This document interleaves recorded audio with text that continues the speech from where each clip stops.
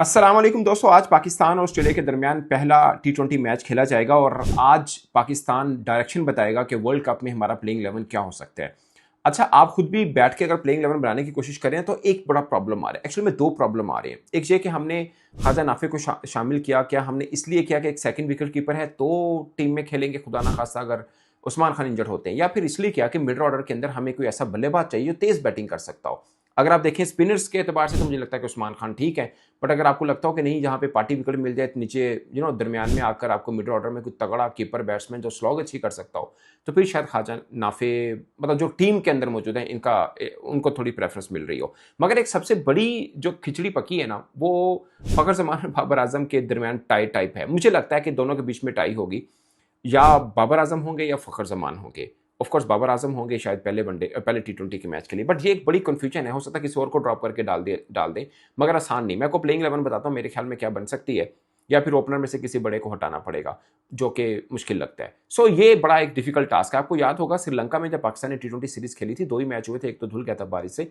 उस वक्त भी यही बहस हो रही थी कि पाकिस्तान की प्लेइंग 11 देखें तो सबसे बड़ा मसला ये बनता है कि यार बाबर आजम कहाँ खेलेंगे। ये सबसे बड़ा एक क्वेश्चन उस वक्त बना था और अब भी बनता है। और अगर अब बाबर आजम आते हैं, जो कि मुझे लगता है कि आएंगे, तो फिर एक ही कुर्बानी लग रही है, वो शायद फखर जमान के नाम पर हो। या फिर आप ओपनर लाते हैं साइम और साबजा फरहान, तो फिर साइम को हटाना पड़ेगा, मगर साइम बॉलिंग करते हैं। अब जब प्लेइंग 11 बनाए तो आप ना 6-8 माह पुरानी खबर पे जाइएगा, जब हमने खबर दी थी कि बाबर आजम को ये कहा गया कि आप कीपिंग के साथ में ट्रेनिंग शुरू कर लो, आप कीपिंग कर लोगे ना तो टीम में आ सकते हो।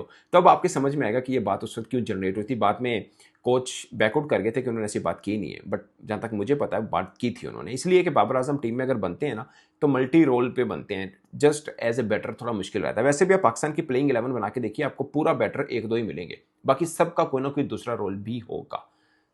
ये चीज़ काबिल गौर तलब है।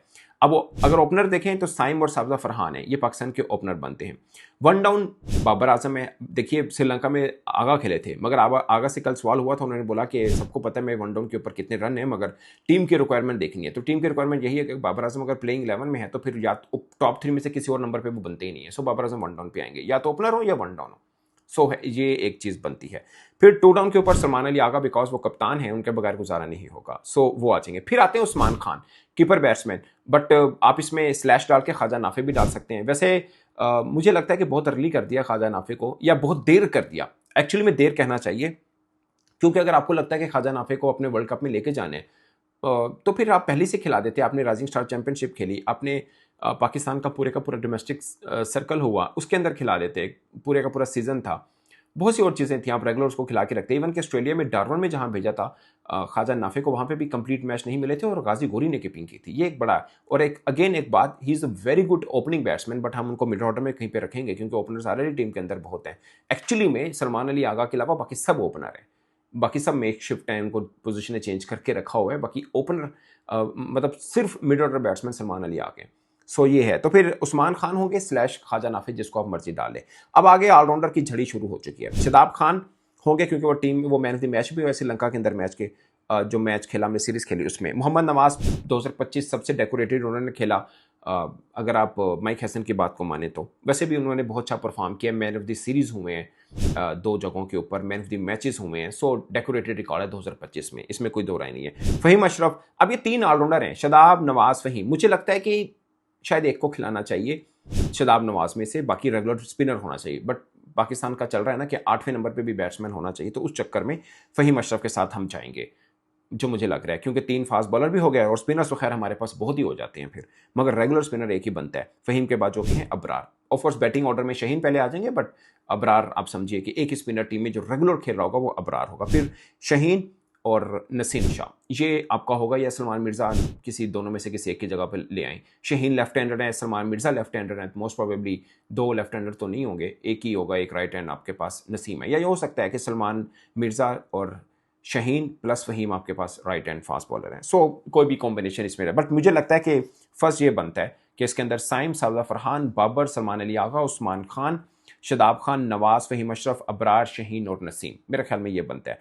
बट अगर मतलब मेरी अपनी मर्जी, ये मैंने टीम मैनेजमेंट की सोच को जहन में रख के रखा है, अगर मेरी अपनी मर्जी हो ना तो मैं शादाब और नवाज में से किसी एक को सिलेक्ट करके उस्मान तारिक लाजमी टीम में डालूं। मुझे लगता है कि आपने बड़ी टीमों को, खासकर ये गोरी चमड़ी वालों को, किसी को पकड़ना है ना, 2 रेगुलर स्पिनर होना बहुत जरूरी है। या आप एक ये लेके चल सकते हैं कि यार उस्मान तारिक है, अर्ली ऑन क्यों खिलाएं, हम सीधा बड़े मैच में डालेंगे क्योंकि मिस्ट्री स्पिनर है, पकड़ा गया तो फिर फायदा नहीं होगा। मैं एक्शन की बात नहीं कर रहा, मैं उनकी मिस्ट्री का कह रहा हूं कि ज्यादा खेल के आप आदी हो जाते हैं तो फिर इतना वो रहता नहीं, झिझक या वो नहीं रहता कि यार ये क्या बॉल डाल रहे हैं। सो वो चीजें बच जाती हैं। अब आते हैं, आपको इस पूरी प्लेइंग इलेवन में फखर जमान नजर नहीं आए, तो फखर जमान एक ही वजह से आ सकते हैं।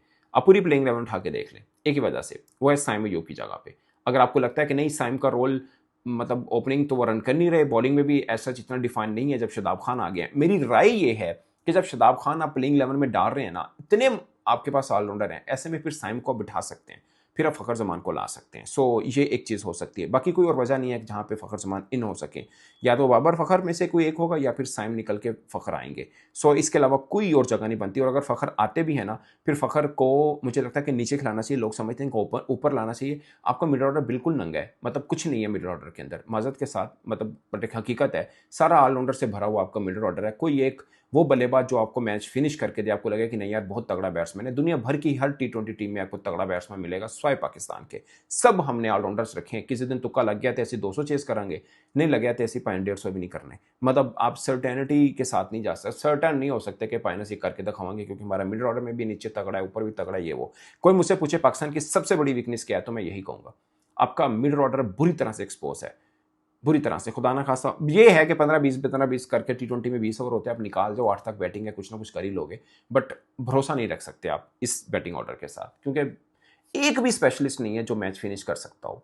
बाकी ठीक है, 15 वो कर गया, 20 शादाब कर गया, 20 फेम कर गया, एक आधा छक्का चौका शहीन ने मार लिया तो आपके थोड़े रन बन गए, तो वो अलग बात है। अब आते हैं ऑस्ट्रेलिया के ऊपर। ऑस्ट्रेलिया का अब उनके ट्रेविस हेड और मिचेल मार्श, जो कि मिचेल मार्श बेसिकली कप्तान है बट श्योर नहीं है, कल उनके प्रेस कॉन्फ्रेंस में भी उनसे सवाल पूछा तो उन्होंने बोला कि मैं पिच को देख के डिसाइड करूंगा। होपफुली वो नहीं खेलेंगे, इंग्लिश भी शायद नहीं खेलेंगे। सो कुछ नए चेहरे उनके मजीद आएंगे इसमें पहले T20 में, बट मुझे लगता है कि उनके जो अच्छे और वर्ल्ड कप के लिए जो हैं उसमें से ट्रेविस हेड, आप कह लीजिए कनोले हैं, Cameron Green, Zampa, Xavier Bartlett. So उनका अगर मेन नहीं भी खेलता तो दूसरे भी तगड़े क्रिकेटर्स हैं, चंगा पला मैच आपके साथ डालेंगे। मिसाल के तौर पे साउथ अफ्रीका की टीम पाकिस्तान आई थी तो उनके मेन क्रिकेटर्स को 6-7 वो क्रिकेटर जो इंडिया में खेले थे, बाद में इंडिया गया ना, पाकिस्तान में नहीं खेले थे, मगर उनकी ये टीम इतनी तगड़ी जितनी ऑस्ट्रेलिया की है। मतलब ए टीम नहीं कहूंगा मैं, ऑस्ट्रेलिया की मेन टीम है, सिर्फ 5 लड़के नहीं है जो वर्ल्ड कप स्क्वाड में थे। ऑफ कोर्स 5 का मतलब आधी टीम होता है, वो नहीं है, बट फिर भी उनकी ये टीम भी तगड़ी है। इसके खिलाफ भी जीतने को मैं अच्छा जीत मानूंगा, मैं छोटी जीत नहीं मानूंगा। अल्लाह करे हम मतलब अच्छा मजेदार मैचेस और हम जीतें, मगर ये बहुत इंपॉर्टेंट सीरीज है। और सुमान अली आगा ने कल प्रेस कॉन्फ्रेंस में कहा था कि इसमें हम हो जाएंगे फाइनलाइज के हमें क्या अपना कॉम्बिनेशन रखने। बट मुझे सिर्फ एक चीज़ का डर लगता है, पाकिस्तान की पूरा बैटिंग कॉम्बिनेशन देखें। बॉलिंग में शायद आपको थोड़ा लगता हो कि यार शहीन होंगे, नसीम होंगे, फ़हीम होगा, ये 3 पेस अटैक आपके पास हो, बीच में कहीं सलमान मिर्ज़ा को अपने ऐड करना है तो कर लें किसी एक को निकाल के। बाकी स्पिनर देखें, नवाज, शदाब, अबरार, अगर साइम खेलते हैं, सलमान अली आगा खुद। सो एक बड़ा डेकोरेटेड टाइप आपके पास 8 बैट्समैन 8 बॉलर बनते हैं वैसे देखा जाए, मगर मुस्तनिद आप कहें कि डेथ ओवर ये कर सकता है, वो भी नहीं है आपके पास।